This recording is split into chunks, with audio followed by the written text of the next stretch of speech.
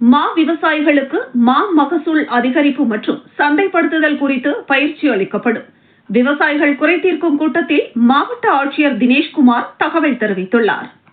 கிருஷ்ணகிரி மாவட்ட ஆட்சியர் அலுவலகத்தில் விவசாயிகள் குறைதீர் நாள் கூட்டம் மாவட்ட ஆட்சியர் தினேஷ்குமார் தலைமையில் நடைபெற்றது.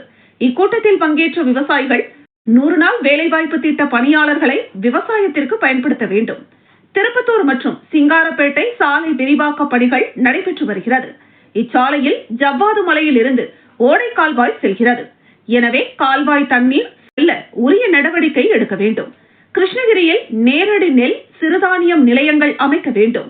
மாவட்டத்தில் வளர்க்கப்படும் பட்டுப்பூச்சி பட்டுக்கூட்டை விற்பனை செய்திட கிருஷ்ணகிரி வாரச்சந்தை அமைக்க நடவடிக்கை எடுக்க வேண்டும். மா விவசாயிகளுக்கு மா மகசூல் அதிகரிப்பு சந்தைப்படுத்துதல் குறித்து தொழில்நுட்ப பயிற்சி அளிக்க வேண்டும். விவசாயிகளுக்கு பாக்குமர கன்றுகள் குட்டை ரக மிளகு செடிகள் இலவசமாக வழங்க வேண்டும். இதேபோல் மினி கிட்டு நிலக்கடலை மா விவசாயிகளுக்கு மானியத்தில் மினி டிராக்டர் வழங்க வேண்டும். பயிர்களை பாதுகாக்க விவசாய மின் மோட்டார்களில் இருந்து டிராக்டர் மூலம் தண்ணீர் எடுத்து செல்வதற்கு விதிக்கப்படும் கட்டணத்தை நீக்க வேண்டும். தளி மற்றும் பாரந்தூரில் ராகி கொள்முதல் நிலையம் அமைக்க வேண்டும். போச்சம்பள்ளி ஒழுங்குமுறை விற்பனை கூடத்தில் புலி ஏலம் விட நடவடிக்கை எடுக்க வேண்டும். குருபரப்பள்ளியில் உள்ள தனியார் நிறுவனத்தில் இருந்து வெளியேறும் கழிவு நீரால் நிலத்தடி நீர் மற்றும் விவசாயம் பாதிக்கப்பட்டுள்ளது.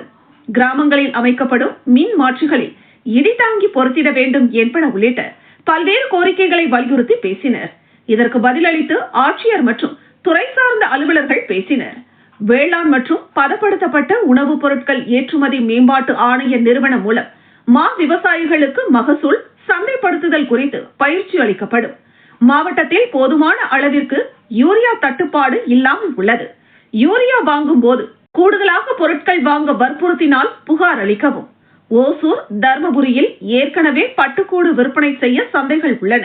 கிருஷ்ணகிரி மாவட்டத்தில் பட்டு உற்பத்தி அதிகரிக்கும் பட்சத்தில் பட்டு வாரச்சந்தை அமைக்க நடவடிக்கை எடுக்கப்படும்.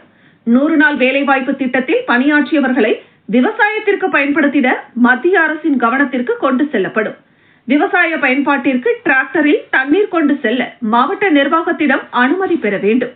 குருபரப்பள்ளியில் 2 தனியார் நிறுவனங்கள் செயல்பட்டு வருகின்றன. இந்த நிறுவனங்களில் இதுவரை உற்பத்தி தொடங்கப்படவில்லை. இருப்பினும் புகார் கூறப்பட்ட நிறுவனத்தில் இருந்து மாதிரிகள் எடுக்கப்பட்டு ஆய்விற்காக அனுப்பி வைக்கப்பட்டுள்ளன. ஆய்வின் முடிவிற்கு பின்பு நடவடிக்கை எடுக்கப்படும் என்றனர்.